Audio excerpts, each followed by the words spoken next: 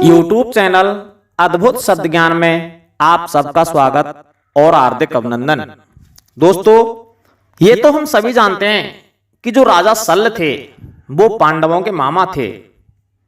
नकुल और सहदेव की जो माता थी माद्री, उनके भाई थे राजा शल्य। जब राजा शल्य पांडवों के मामा थे तो फिर क्यों महाभारत के युद्ध में राजा शल्य ने कौरवों की ओर से भाग लिया था और क्यों राजा शल्य कर्ण के सारथी बने थे? उन्होंने पांडवों की ओर से महाभारत के युद्ध में भाग क्यों नहीं लिया? आइए जानते हैं आज के इस वीडियो में। बात उस समय की है जब महाभारत का युद्ध अवश्यंभावी हो गया तथा कौरव और पांडव दोनों ने द्वारका जाकर भगवान श्री कृष्ण से अपने अपने लिए समर्थन मांग लिया था। तो उसी दौरान पांडवों ने अपना एक दूत अपने मामा शल्य के पास भी भेज दिया, उन्हें युद्ध का निमंत्रण दे दिया।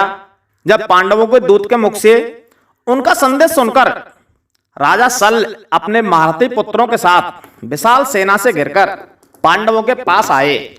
तो दोस्तों, जो राजा शल्य थे उनके पास इतनी सेना थी कि जब वे रास्ते में पड़ाव डालते थे तो आधा योजन भूमि उससे कवर हो जाती थी, घिर जाती थी। तो जब इतनी बड़ी सेना लेकर राजा शल्य पांडवों की सहायता के लिए आ रहे थे, जब यह सूचना दुर्योधन के पास पहुंची तो दुर्योधन ने रास्ते में ही राजा शल्य की सेवा और सत्कार प्रारंभ कर दिया। दुर्योधन ने राजा शल्य के स्वागत सत्कार के लिए रमणीय प्रदेशों में बहुत से सभा भवन तैयार कराए, जिनकी दीवारों में रत्न जड़े हुए थे। उन सभा भवनों को अनेकों प्रकार से सजाया गया। नाना प्रकार के शिल्पियों ने उनमें अनेक क्रीड़ा विहार के स्थान बनाए थे।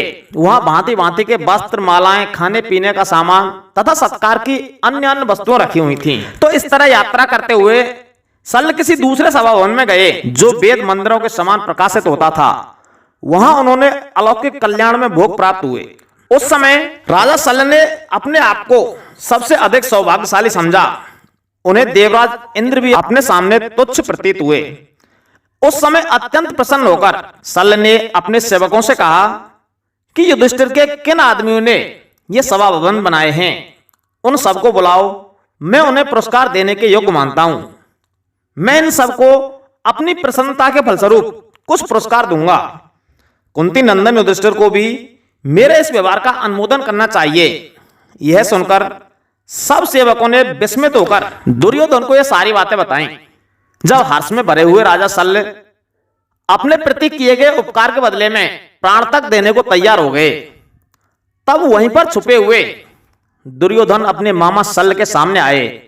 तो उसे देखकर तथा उसी ने यह सारी तैयारी की है यह जानकर मद्रराज शल्य ने प्रसन्नता पूर्वक दुर्योधन को हृदय से लगा लिया और कहा कि तुम अपनी अभीष्ट वस्तु मांगो, मैं तुम्हें अवश्य दूंगा।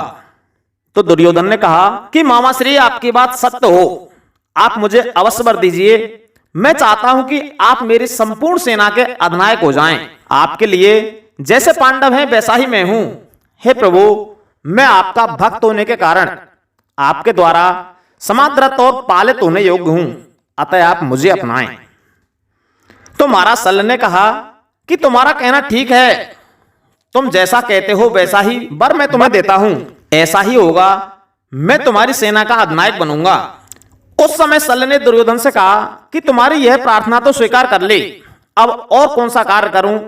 यह सुनकर गांधारी नंदन दुर्योधन ने बार बार यही कहा कि मेरा तो सब काम आपने पूरा कर दिया। तो शल्य बोले कि हे दुर्योधन, अब तुम अपने नगर को जाओ, मैं शत्रुमर्दन युधिष्ठिर से मिलने जाऊंगा। मैं युधिष्ठिर से मिलकर शीघ्र ही लौट आऊंगा। पांडु पुत्र युधिष्ठिर से मिलना भी अत्यंत आवश्यक है। तो इस प्रकार कहकर जब राजा शल्य वहां से विदा हो गए और दुर्योधन अपने महल को चला गया और शल्य आगे चलकर विराट नगर के उपलब्ध नामक प्रदेश में जाकर पांडवों की छावनी में पहुंचे और पांडवों से मिले। पांडु पुत्रों से मिलकर शल्य ने उनके द्वारा विधि पूर्वक दिए हुए पाद्य, अर्घ और गौर को ग्रहण किया। तत्पश्चात शत्रुमर्दन मद्रराज शल्य ने कुशल प्रश्न के अनंतर बड़ी प्रसन्नता के साथ राजा युधिष्ठिर को हृदय से लगाया। इसी प्रकार उन्होंने हर्ष में भरे हुए दोनों भाई भीमसेन और अर्जुन को तथा अपनी बहन के दोनों जुड़वा पुत्र नकुल और सहदेव को भी गले से लगाया। उसके पश्चात जब शल्य आसन पर बैठ गए तो युधिष्ठिर ने उनसे कुशलक्षेम पूछी और उसके बाद शल्य ने भी पांडवों से उनकी कुशलक्षेम के बारे में जानकारी ली। इसी प्रकार जब बातें हो रही थी तो राजा शल्य ने दुर्योधन से मिलने, सेवा शुश्रूषा करने और उसे अपने वरदान देने की सारी बातें भी पांडवों को सुनाई।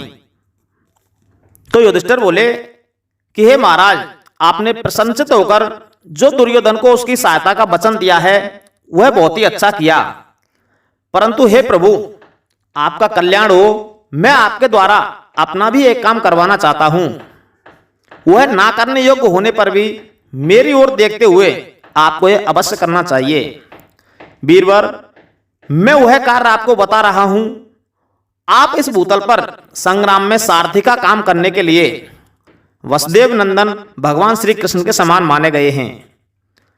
जब कर्ण और दुर्योधन के द्वैरथ युद्ध का अवसर प्राप्त होगा उस समय आपको ही कर्ण के सारथी का काम करना पड़ेगा, इसमें तनिक भी संदेह नहीं है। तो हे राजन, यदि आप मेरा प्रिय करना चाहते हैं तो उस युद्ध में आपको अर्जुन की रक्षा करनी होगी। आपका कार्य केवल इतना ही होगा कि आप कर्ण का उत्साह भंग करते रहें, वही कर्ण से हमें विजय दिलाने वाला होगा। हे मामाश्री, मेरे लिए यह ना करने योग्य कार्य भी करें। तो शल्य ने कहा कि हे पांडुनंदन, तुम्हारा कल्याण हो, तुम मेरी बात सुनो। युद्ध में महामना सूतपुत्र कर्ण के तेज और उत्साह को नष्ट करने के लिए तुम जो मुझसे अनुरोध करते हो वह ठीक है। यह निश्चय है कि मैं उस युद्ध में उसका सारथी होऊंगा। स्वयं कर्ण भी सदा मुझे सारथियों में भगवान श्री कृष्ण के समान ही समझता है। जब कर्ण रणभूमि में अर्जुन के साथ युद्ध की इच्छा करेगा उस समय मैं अवश्य ही उसके प्रतिकूल अहितकर वचन बोलूंगा, जिससे उसका अपमान और तेज नष्ट हो जाएगा और वह युद्ध में सुखपूर्वक मारा जा सकेगा। हे पांडुनंदन, मैं तुमसे यह सत्य कहता हूं, तुम मुझसे जो कुछ कह रहे हो वह अवश्य पूर्ण करूंगा। इसके सिवा और भी जो कुछ मुझसे हो सकेगा तुम्हारा वह प्रिय कार्य में अवश्य करूंगा। वीरवर युधिष्ठिर, तुमने दूत सभा में द्रौपदी के साथ जो दुख उठाया है, सूतपुत्र कर्ण ने तुम्हें जो कठोर बातें सुनाई हैं तथा पूर्व काल में दमयंती ने जैसे अशुभ भोगा था, जैसे दुख भोगा था, उसी प्रकार द्रौपदी ने जटासुर तथा कीचक से जो महान क्लेश प्राप्त किया है वह सभी दुख भविष्य में तुम्हारे सुख के रूप में परिवर्तित हो जाएगा। इसके लिए तुम्हें खेद नहीं करना चाहिए, क्योंकि विधाता का विधान अति प्रबल होता है। वह कब किसको सुख दे और कब किसको दुख, यह तो सब विधाता की मर्जी ही है।